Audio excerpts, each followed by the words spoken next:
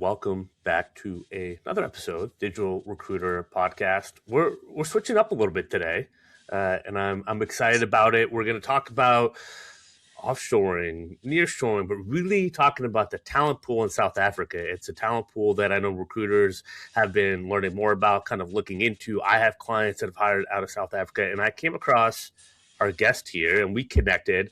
And I thought, why not talk about this more and expand on it, because he is the expert. He is from there. He helps hire people from there, and he's got a really interesting take. He's built some really cool systems and automations, and is just a serial entrepreneur and knows a lot about a lot of things in our world. So I want him to share his expertise. So Milan Levy, thanks for joining. Thanks so much, Clark. It's so nice to be here. How are you? How's everything going? I'm good. I'm just, hanging out and, dealing with the household and the chaos of the winter, and excited to talk shop though, because I know you're building something pretty cool with TalentSam right now. And I figured we kind of start, like, why don't you give like a kind of a brief intro in your words of like you, in terms of, I would say just start with TalentSam. Amazing. Yeah. Well, thanks so much for the time. It's great to be here. I Yeah. think just to give you kind of the high level overview. So, as you mentioned, I'm from South Africa, and I'll give you the longer version, then a quick condensed one. But in a Yeah. nutshell, I come from a place which is an unbelievable country. South Africans are some of the most hardworking, well-spoken, friendly people that you've ever met. But our country's going through a couple of challenges, and at the moment, the job market in South Africa is quite tough.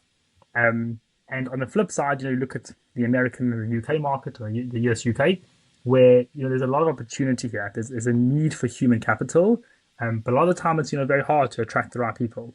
So what we've done is we said, well, how do we take this unbelievable, hard-working talent that we have in South Africa and expose it to an international market, primarily the US and UK, and bridge the gap.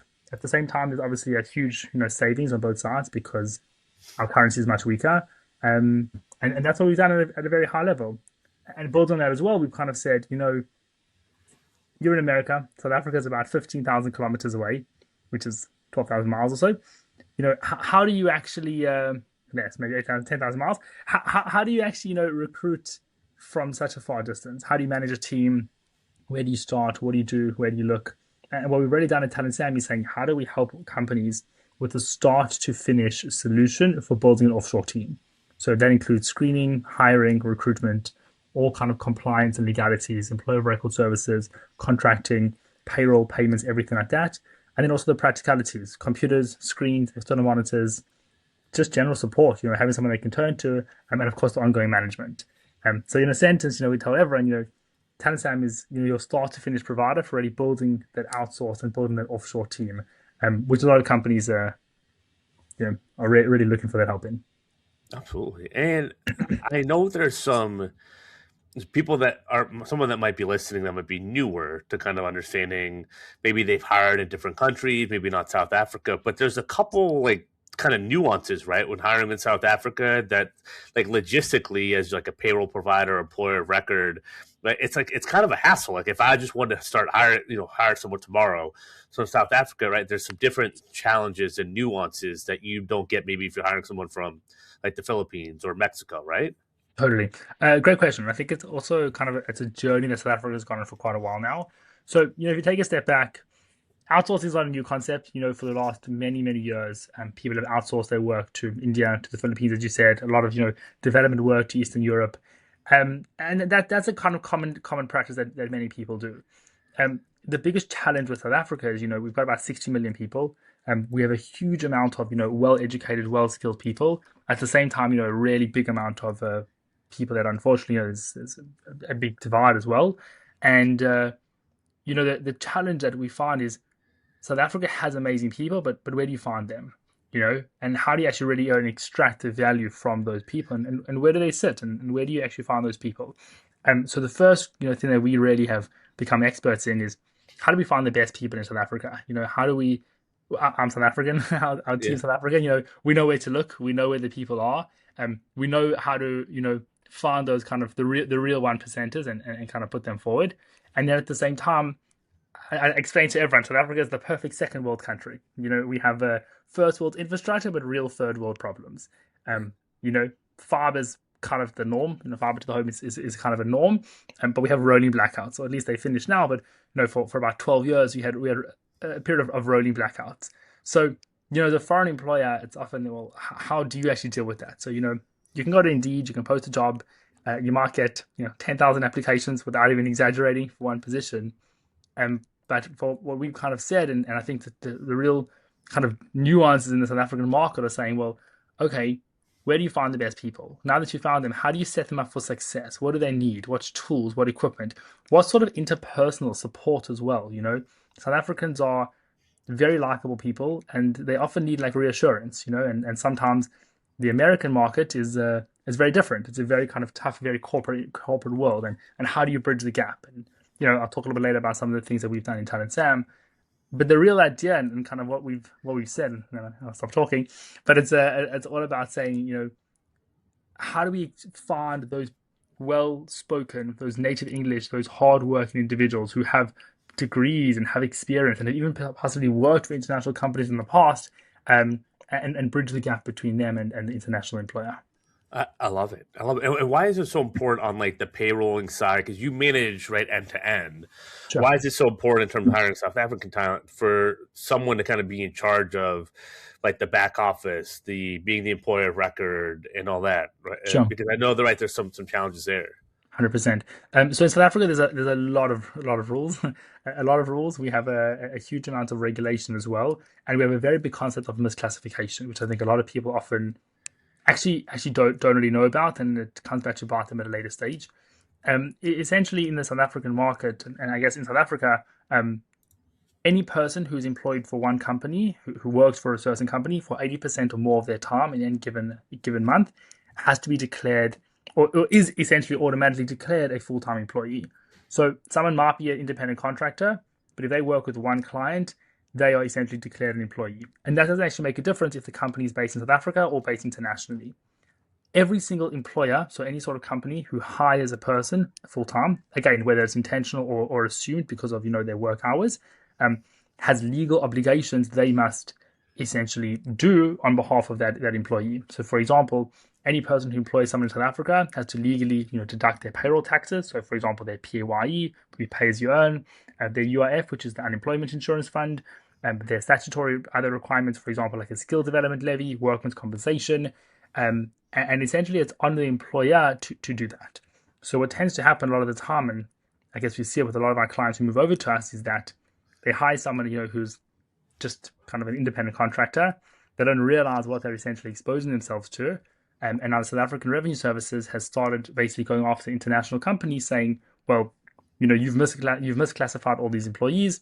They're actually full-time employees. We're going to backdate all of their payroll, all of their taxes, all of their statutory requirements that you haven't actually fulfilled over the last couple of months, years, however long it is, and then obviously fine you for that as well. So, sorry, yeah, jump in there. Well, I was just saying, I'm so happy you brought it up. I wanted you to give the breakdown because I knew it was a thing, but there's not a chance I was going to articulate it as well as you did, or be nearly as knowledgeable about it as you are. Sure. And I think that's so important. Is like the talent is there and is great, and I've had clients, have South African, employees, and they're fantastic, right? But that logistical part is different than hiring in a lot of other areas, and so I think just people and listeners and being aware of that. That's why it's so important to have a firm like yours just kind of handle it, because most owners and leadership, you're too busy to really be able to figure out how to deal with all that. Like, with some other areas, like maybe you can hire kind of your own person. Like for us, like in a couple areas we've, gone after, and we've consulted with, with someone that's helped us figure out how to hire certain people, but we've gone out and done it, and we've kind of been able to figure out all the payroll and the classification ourselves. But I wouldn't touch that myself. If for South Africa, like I would work through someone like you, because I don't want to put myself at risk. Totally. So I'm just glad that you broke that down, because it's just so important, because that's the last thing you want to do as an owner, is just add a needless hassle. Sure. Right. So 100%. And also, I think what people don't understand is, the South African law is very favorable for employees. It's very easy for employees to dispute certain things. It's very easy for employees to take action. And there's so many nuances of a country that, again, South Africa is an up and rising outsourcing destination. It hasn't been around for many, many years. been around for the last, really gained popularity in the last, let's say, about 5, 6 years. And, over time, because it's gained so much popularity, now kind of the rules are becoming even stricter. And exactly to your point, you can go and figure it out, but we always ask people questions. Do you want to be a compliance company? Do you want to go and do all the stuff yourself? Or do you want to focus on your core business? And I think that can be applied to anything. You might be a software development company. You might be a manufacturing company. You could do medical supplies. Do you want to go into the game of now compliance and payroll, or just turn to someone like us, for example, who that is our bread and butter. That is really what we do. Absolutely, absolutely. And going deeper into that, what are the main roles that you typically focus on? Of course. So I think that South Africa's got a unique position. So I'll talk about South Africa for a second, and then I can talk about our focus. South Africans make unbelievable middle level management. We're not the cheapest in the world. I think everyone knows that. If you want really cheap data entry, South Africa isn't necessarily the place for that. And if you want someone who has a true, let's say, understanding of the American market to become your GTM strategist or your I don't know, VP of sales or something like that, again, you got to turn to your local employees. But we essentially bridge that gap, and we're unbelievable in talent that requires a level of kind of like real thinking in a way, and has to have real interpersonal skills. So on a very practical level, we're talking about a lot of operations roles, operations assistants, operations managers, project managers, VAs, executive assistants, a lot of finance positions as well, accounts payable, accounts receivable, debt collecting, finance managers, and potentially even some chartered accountants or CPA equivalents that you guys would call in the US, as well as marketing talent too. PPC expert, copywriters, content writers, graphic designers. So it's the kind of role where the person isn't just seeing something and doing it every day. They actually contributing towards kind of the bigger vision of the company, and they're also it's really you need to rely on human capital to do those tasks, and that's really where we, I think, bridge that gap. I love it. I love it. And was it a little bit of trial and error to kind of hone in on some of that on Yeah. your end, or how to kind of get to that point? Yeah. Yep, 100%. I think that to be able to tell you that we don't do the VP of sales and we don't do the data capturing, it doesn't come because we just say that. It comes because we try to do it. And Yeah. I'll tell you what it is that South Africa, and the reason why we think it's, I mean, again, as South African, I'm the biggest advocate for it, but the reason why I think South Africa is such an unbelievable destination is that South Africa is very westernized. We have Netflix, we have Hulu, we have Apple Music and Spotify. We watch the same TV shows. Everyone's watching Dance with the Stars in South Africa at the same time you guys are watching it in the US. The same like it's a very, very culturally similar to the US and the UK, and because of that people become much bigger cultural fit. But the challenge is that from a very kind of business perspective, we still are a relatively small economy. So someone who's only been exposed to the South African market may find it very challenging to go now, create some sort of a growth strategy to go and take on, the New York corporates, which are a total different, worlds apart from South African corporates, to say the least.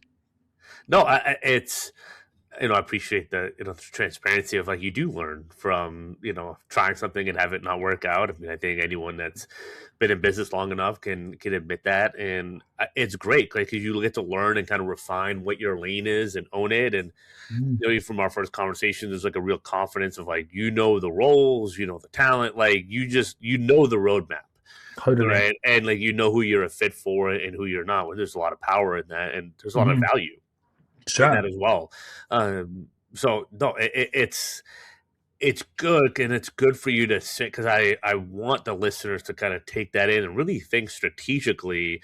There's one of the things my friend Greg Fisher talks about of just like stop thinking of just like people outside the US is just like getting tasks done or whatever, like, but start thinking about them like incorporating your team and the culture. And like there's had such a value add to our digital recruiter team this year, and it's been a really nice surprise. Like how, from the culture side of things, I know that's a big part of what you care about as well. Like how do you build cross-border teams? How do you have a streamlined process and have integrate them to the culture? Like what are your best practices there?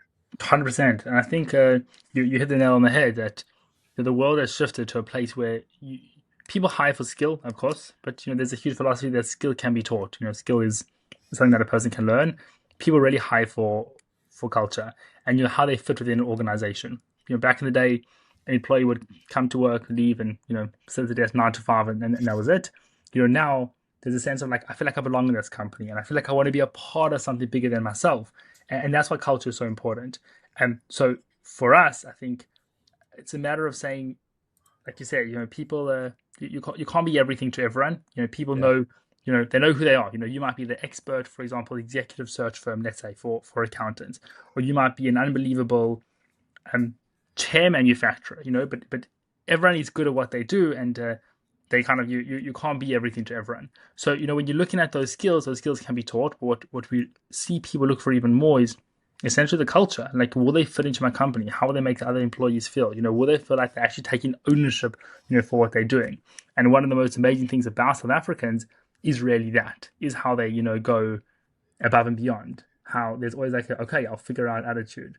And I think, to an extent, sometimes it works against us where we have like our own onboarding and we have to almost like teach South Africans, well, how do you speak the American language? For example, in the US, if someone doesn't understand something, they're like, what are you talking about? Like, this makes no sense. And they might, Yeah. challenge you. In South Africa, it's a matter of, okay, I'll figure it out. So it's that sense of, initiative taking, people really are a big culture fit, and they fit into organizations, straight away. And I think you mentioned, I'll ask some of the tips. We really encourage our clients to, let me take a step back. I think that the days of, finding a company saying, hey, I need, 50 call center agents to sit at a table and just take calls all day long, it's still there, but I think, times have really changed. And I think that, nowadays people, you want someone who's going to fit into your organization. So, when we onboard new clients, we have our onboarding with them as well. And we say, well, what are tips we can give them to actually make your new team form part of your company as if they're your company? It's simple things, making them company emails, adding to your Slack channels, doing team building events. To some of our other clients that actually, fly their employees for a week or two to actually come meet them in the States, and really incorporating them into the company. So I think there's a huge range of things to do, but I think it comes down to saying, how do you change the mindset and change the way people perceive. We hate the word outsourcing because we don't really like it. We call it remote team building because that's really what we're doing. We're building your team. It's just remote. And I think that as soon as you kind of have that shift in your mind, things become very, very different. Yeah, absolutely. I mean, we've seen that in our own team and this year, and just the amount of training and everything that my team has put into kind of building up, other team members and everything. And you really see the fruits of that. And I think there's actually a really big opportunity because there are a lot of people, from remote team building or maybe from countries not in the US that have tried this that haven't really been treated all that well. And that's what we found a lot through the interview process. So there's like a really big opportunity to do things the right way. And you're going to get even more buy-in than you could ever imagine, and 100%. more loyalty if you like really are intentional and try to do things the right way. People, they notice. People notice and they appreciate it. And I think it's can be even more appreciated, for people that we've hired outside the US, just because they're used to just a certain treatment. Mm-hmm. And if you do better, and it's like then they're really bought in and learning, and you get even more productivity out of it. But you also it's like enjoyable for everyone at the same Exactly. time. Yeah. So yeah, I could recommend. And it took me a second to like really like slow down to like really make sure that we had that infrastructure for it. Same thing, trial and error, learned a couple Sure. times, and then really emphasizing that it's been a complete game changer for us. Sure. And I think what's really interesting about that as well, about how you mentioned to really integrate the team members. We basically, and I can talk more about it later, Yeah, the ins and outs of what we do. We act as this bridge between working for this company that's thousands of kilometers away and working locally in South Africa. And a lot of the time it's like, well, where do you start? So with the holidays coming up now, Christmas, New Year's, we ask our clients, we reach out to them and say, you know what, can we help you facilitate an end of year gift or bonus or something like that, for your employees? And almost all of our clients have sent all of our employees, gifts. And it's amazing to see because you don't have to. It's not a requirement, and everyone's gone above and beyond. We actually gave everyone options. Do you want like a small, medium, or large package? I think everyone chose the large package, and it's a matter of saying they really at first appreciate their team because they feel like it's a team. They're not just outsourcing to us and we're just Yeah. getting someone else to do the work or whatever it is. They really are a part of the company. And at the same time, they don't necessarily know where to start. So, by having us as a kind of intermediary, I think it really helps both sides. Yeah, can you go into that a little bit more of like how you manage some of the engagement? Obviously, just beyond hiring and finding the Sure. talent and everything else and the back office, the payroll, but yeah, just kind of that constant management because I know Of course, that's a topic of debate in some circles, right? I think some people 100%. say they're just kind of cutting stuff off the top and everything else, but like you're really diving into this and actually like adding the value there as like the main Totally. provider. Yeah, Totally. And I think that, we look at what we do and we break it down to basically about five big steps. And we realize that there's lots of companies doing one of these steps in potentially all different places. So there might be one person who sends gifts to anyone in the world, or there might be one person who does tech to anyone in the world. But again, we've honed in on South Africa because there's just such unbelievable talent there, and it's just such an untapped market. So where we kind of look at our cycle. So we do the initial screening and hiring. So that means we do screening, hiring, interviews. We do our own internal interviews for everyone who comes to our system. We get about 50,000 applications a month, so we have a crazy amount of candidates that come through our crazy. doors. And I can talk about some of the cool tech we've just implemented as well. So part two, we then actually screen. Obviously, we find the right candidate for you, where we do an internal interview, and then we basically will actually present the client with pre-vetted candidates. So generally about 3 to 4 per role. And these are people that we can vouch for. We've done reference checks. We've done skill checks. We've actually had an interview with them, potentially an assessment, and we can say, what, these are actually great people that are actually been presented to the client. Step three is we do all of the compliance and formalities. That includes contract of employment, payroll, taxes, employment insurance, all the kind of stuff that I mentioned earlier. As well as screens, tech, computers, headsets, all that kind of stuff. But most importantly, is we've got our fourth component, which is essentially our employee experience. For us, we look at everything as a two-sided coin. We have our clients who obviously have needs, and we have our employees. And we've got an entire program where we have a range of, essentially they're called employee experience managers. And there are people on our team who are basically specifically assigned candidates that are on the team or employees that are on the team. Each person is assigned an employee experience manager, and it's basically their first point of call at TalentSam. So whatever they need, a question, how do I log leave days? I'm sick. I've got to take my child to the doctor.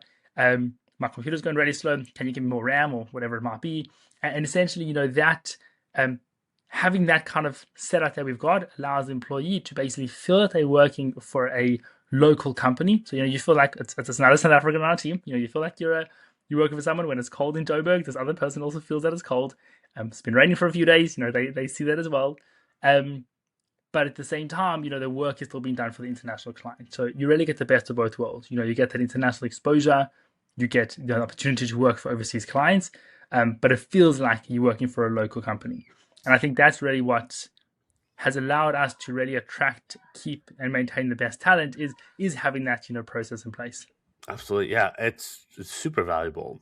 Mm-hmm. Especially when it part of the reason why leaders and owners want to build remote teams so they can take stuff off their plate, but a lot of especially in the agency recruiting world and clients I've worked with that have tried to hire and build and scale, it's like then they spend all their time training and dealing with like non-revenue generating type stuff or whatever, and Mm-hmm. like they get sidetracked and get away from what they're doing. So the more you can reduce that piece of it and have those things, kind of the little big things, go in another direction, at least for the initial kind of outreach. I mean, it saves just a ton of time, right? And Totally. so like that, it's super valuable. Um, And it also okay. makes the employee feel like they really belong. And as I said Yeah, earlier, everyone wants to feel a part of something. And as I said, anyone can go and post a job online and you can get 10,000 applications. Don't get me wrong. But yeah, after you've sifted through them, found the right person, where do you start, all this kind of stuff. And the person's like, well, I feel disconnected. I don't feel a part of the company. I don't feel a part of something. And just the same way that we tell our clients, what, make this employee part of your team, bring them into your team building, give them Slack, give them emails, send them gifts, whatever it might be. So we tell the employee the same thing. Well, meet your teammates. This is a job as if you were working in an office in South Africa at a corporate, whatever it might be, and actually become involved and integrated into the company. absolutely, absolutely. Well, let's pivot a little bit because we'd be remiss if we didn't talk about automations a little bit because I know you are a big fan. Have pieced together a lot of automations, do a lot, and it's a big part of your businesses that you build. Um, well, I've kind of I'm gonna probably start it kind of as a broad question, but like I guess I'll just say like, how do you incorporate and leverage automation right into your day to day into business? 100%. Great question. I think that what we've done differently from a lot of other people out there is we look at ourselves as a tech company, to be honest. Our entire underlying systems, operations, processes, everything that we do is essentially systemized. Our internal team is very, very small. Our recruitment team is relatively small too. But, it allows us to be super lean and also very, very fast. So some of the things that we've done, for example, is, we've obviously got our kind of candidate side of things, where candidates, we're actually about to launch our new system in the next couple of weeks. Candidates apply to our current apply to the system and it goes into a pool. You'll now be able to create an account. We have fully automated AI screening tools that will screen everyone's CV as well as the questionnaires that they fill out. We do reference fact checks everything to see if there's anything that doesn't kind of make sense. We also do manual verification of everything. You can't just rely on AI models at the moment to make all the decisions. So, we do a lot of, manual intervention as well to really try and find the best candidates and also a lot of manual screening. And we have built in, video interviews where a candidate can basically conduct, a virtual interview where we have a chance to really see how they present themselves and, they can ask us some questions as well, to be honest, and they get put into our pipeline. Everyone then gets manually reviewed by someone on our team. They then get placed in a job. And our entire management cycle as well, from the way we send out contracts to the way we manage interactions with people. We have employee portals for everyone to log on to, log their leave, to read our FAQs and policy docs and all that kind of stuff. From how we just send out contracts where press one button and the contract of employment is generated, welcome emails are sent, all that kind of stuff. We've built basically this underlying system that does all of that. So we speak to so many companies, and I guess other companies in the industry are doing similar things to us, and they say that they're bogged down by all this admin, and they spend time going to Word and backspacing the other person's name and changing it and we automate that entire process. So we put a lot of automations into the way we run things. Well, and the reason I asked you to share, and I'm so happy that you did, is for people to hear, yes, it's automated, but you have checkpoints. You have human checkpoints, right? And that piece of it, and it's automation, not just AI. But everyone's skipping the AI right now, but people have kind of forgotten about automations, right? Because it's not the sexy word anymore like it was 8 to 10 years ago. But it's a blend of all of it. It's the automation, it's the AI, and then it's having the human checkpoints, kind of where that fits, and incorporating all that and road mapping that and making iterations on it. I mean, you mentioned you're at that spot now. Has it always been that way? Did you build it with automations in mind? Like, I think just to give context for people, like how much goes into building that and timelines for being able to automate your business and how to keep, what does that look like just from a time investment standpoint? Sure. I think to talk about the first point of what you said, I totally agree. Every look these days is AI powered this and AI powered that, and do this with AI and artificial intelligence. Like it's kind of the real AI boom is happening. But I think what people often miss is that not everything needs AI. In my personal opinion, sometimes you just got to be clever with your workflows and how you do things. And as you said, I think it's us having the combination of the two. So we don't use AI to run our systems. We use AI and automations to support our team. And that's, I think, the big mind kind of shift and the big philosophy that we've got. Huge. Yeah. Exactly. And I think, it really came about, I'm a very, very tech savvy person. I've been building businesses for a few years now. Lots of background in tech and software and stuff like that. And what actually ended up happening is, in the beginning, I was the one that was, initially when we built the company, backspacing the person's name in Word and saying, dear Milan, welcome to the team. Here's an offer of employment letter. I was like, there's a better way to do this, and automated that. And then I was like, okay, cool. Now we're going to send out the contracts of employment to a person. But I'm as that typical kind of techie mindset. It only takes 30 seconds to import the contract from Word into our e-signature platform to send it out. It takes 3 hours to build not 3 hours, a little bit longer, a couple of weeks, to build the integrations and automations. I'll take the one that takes a couple of weeks. And as kind of like saying, I had a problem. I was doing a lot of the manual work. I could see the team was doing a lot of the manual work. So we said, okay, how do we build an automation for that? And build another one. Eventually, we've got tons of different automations, and we built one single underlying system that brings everything together. So we never said, cool, let's go and build this overnight and kind of like build a software. I was very much saying, okay, we have a problem. Employees are sending us WhatsApps and emails and SMSs, and they're calling us, and there's no streamlined approach. Let's build an employee portal. Amazing. Yeah. Now that we have that links right into the payroll system. Fantastic. New offers of employment that are being sent out. We've got everyone's asked us for our client information. You obviously know who the client and stuff like that. So we were going between the CRM and back with it. Now we have an automation. When your welcome email gets sent, we pull all the data from everywhere and we send it to them as a nice email. So I think it's allowed us to be really lean and use automation to support the team. But what I really want to reiterate, which I think is really important, is our manual checks in place. Not a single contract goes out without us actually checking it. Not a single offer goes out without a human reviewing it. So we're not just throwing people into random AI sequences and hoping for the best. We still really have that real, human touch, which I think is just critical to a successful business. Yeah, no, I really do appreciate you sharing that, because it comes from hundreds, if not maybe thousands of plus conversations I've had just about systems and automation and what tech do I get and everything else, but really the mindset around it. And to your point, like, you build automation AI to support your team, not to replace your team, which is kind of been talked about for sure, like out there, right? Oh, we got to use humans and AI. But I think the way you broke it down, I think not many people are doing that. Like, just like, this is how it actually looks in real time practice, and it doesn't happen overnight.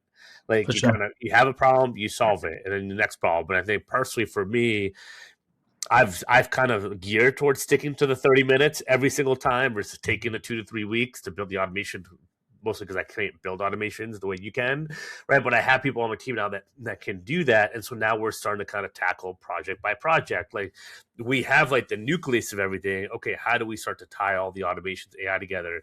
But it's a journey. I mean, it's going to take us 6 months, 12 months to like get to where we end up wanting, our next destination with all this, but we at least know what the roadmap, like what we're trying to get to, and that can sometimes take a second to get there. I think sometimes people try to automate too early, or they're too scared to try to automate anything. And I think just embracing it as this is the normal, and the 2025, 26, like, just like incorporate it, make sure you're making time for it, right? And but don't, if you aren't naturally techie, just like figure out people that can help complement it, but just don't try to bite off more than you can chew, but almost kind of just stay, a little bit here, a little bit here, a little bit here, and you keep getting to where you want to get to. Like, it can happen, right? But I think Totally. people just give up too early or get too scared to begin with. Totally. Or I think also not only they give up or get too scared, but they try and automate everything. People are now trying to create automation flows and AI integrations to replace the entire, I have no idea, content marketing team, where they want to press one button and it's going to generate the Yeah. post and then generate an image and then scan it for this and create, your meta keywords and your SEO buyers and all that kind of stuff. Then post it onto all your different channels and schedule. And like, they missed the point in my mind that sometimes, you need the humans. AI is unbelievable. We've done some really, really cool and creative things with it, but it still makes a lot of mistakes. It doesn't have that human intuition and that human mind and that human emotion that we have now. And I think what a lot of people are, I don't want to say scared of, but I think that it is scary, kind of ever throwing around this AI word actually. But at the same time, I think that my background's in tech, so for me, I see a problem, I'm like, okay, cool, I know how I'm going to solve this, and I think that that's really what's given us the competitive advantage, and hopefully we can even pass into other companies as well. To be honest, with a lot of our clients, they ask us for advice on things like this, just by nature of like us having conversations with them, and I think that that's what puts us in a really unique position. It's being able to say, we're not just building it for ourselves, like, yeah, we are, but we've got experience from other companies that we can now apply to the outsourcing and recruitment HR industry. Absolutely, absolutely. I think it's a great. I think it's the way, right, to look at it. So let me ask, how did you get to be an entrepreneur? Crazy question. Goes back a long way. Yeah. So for many years, since I actually was a kid, I used to do projects, lots of work for people. I don't know if we spoke about this or I've told it, not many people know, but back in my day when I was in high school, 12, 13 years old, I used to like DJ parties to the extent that my parents used to drive me to areas or DJ parties and I'd come back. I used to film the nursery school, our school's like end of year concerts, put them onto DVDs back in the day and sell them to the parents. So I was very entrepreneurial, I guess, from the beginning.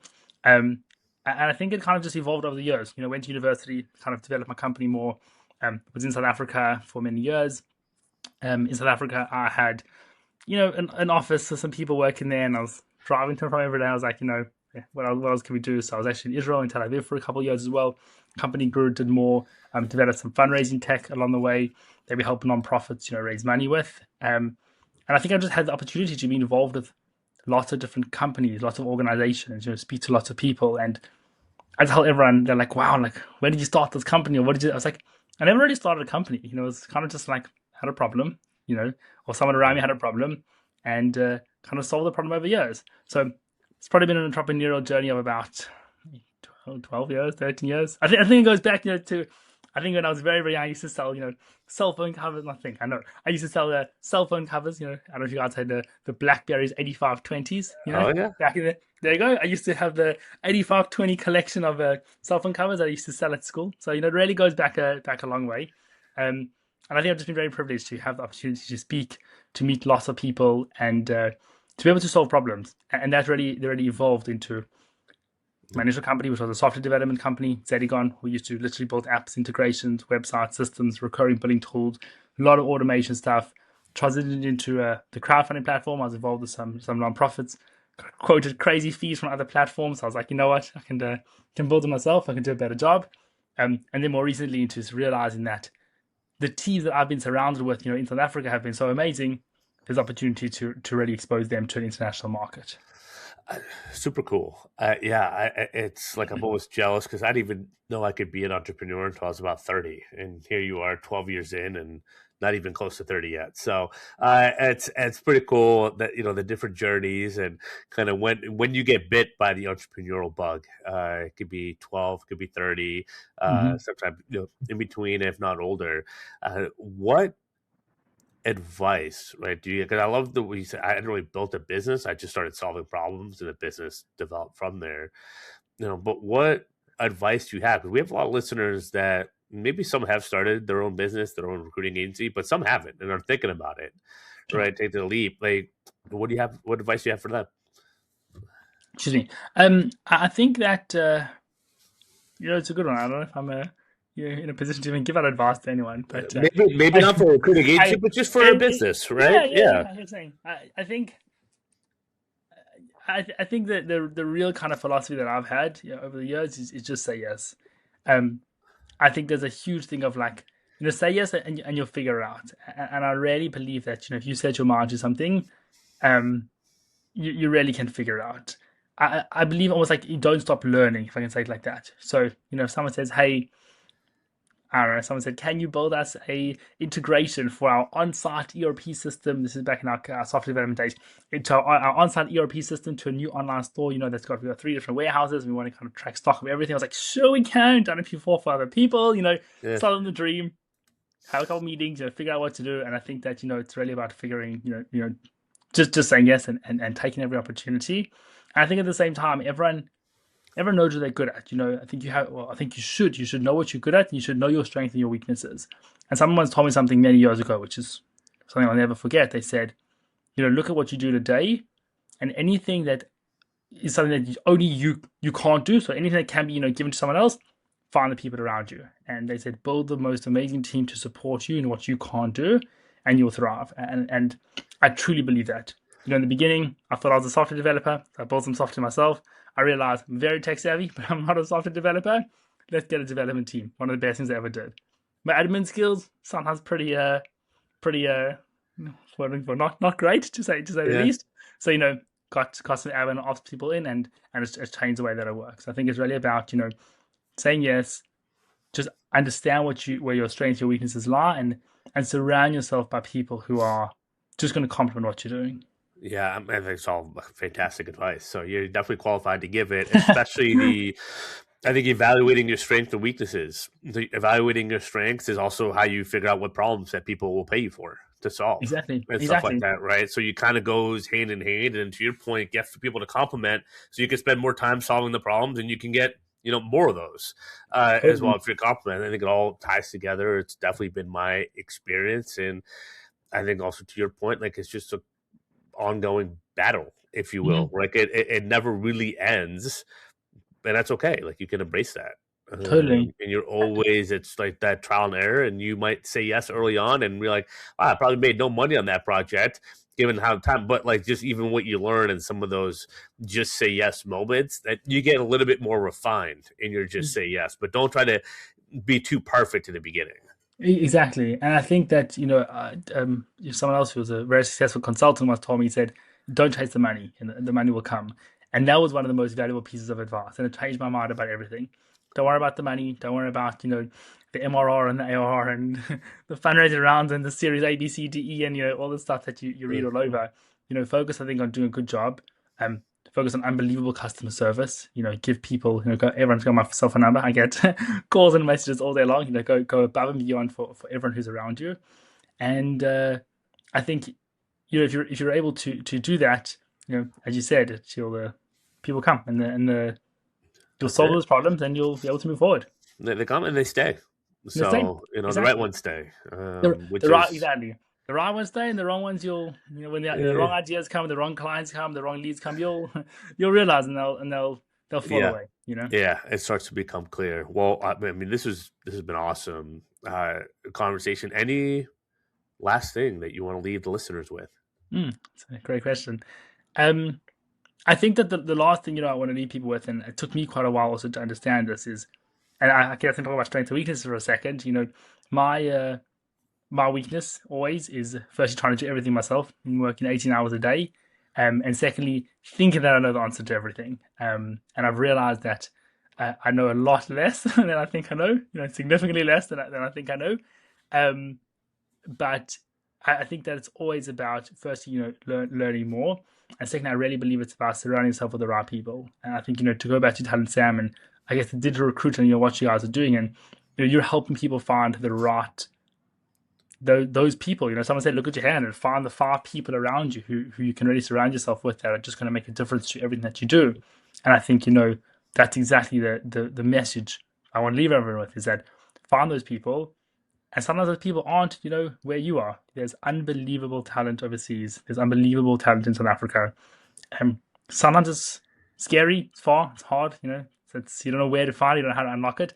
And that's why, companies like TalentSam exist, because we really there to handhold company to walk you through the journey and to help people as much as we can. And with that, if there's ever anything anyone needs, put my number, put my details in. I'd love to. I can speak for hours, as you can probably tell. I'm always Yeah. always keen to have a chat. It's you, me, our whole audience, with recruiters, that we're all talkers. So 100%. you're in the club. No, this is great. We'll have your LinkedIn URL, the website, in the episode description. So if you're listening, connect with me on LinkedIn, check out the website, book a call if you want to learn more about kind of building a team and getting some talent from South Africa and like the specific roles that his team works on. Thanks for coming on. It's great. It's Thank you so been much, Clark. great to have you. Great conversations, super valuable. Again, if you got some value out of this, which I know you did, especially if you're listening right now, give us the 5-star rating, follow, subscribe, all that good stuff. Connect with Milan. And until next time, happy hunting, y'all.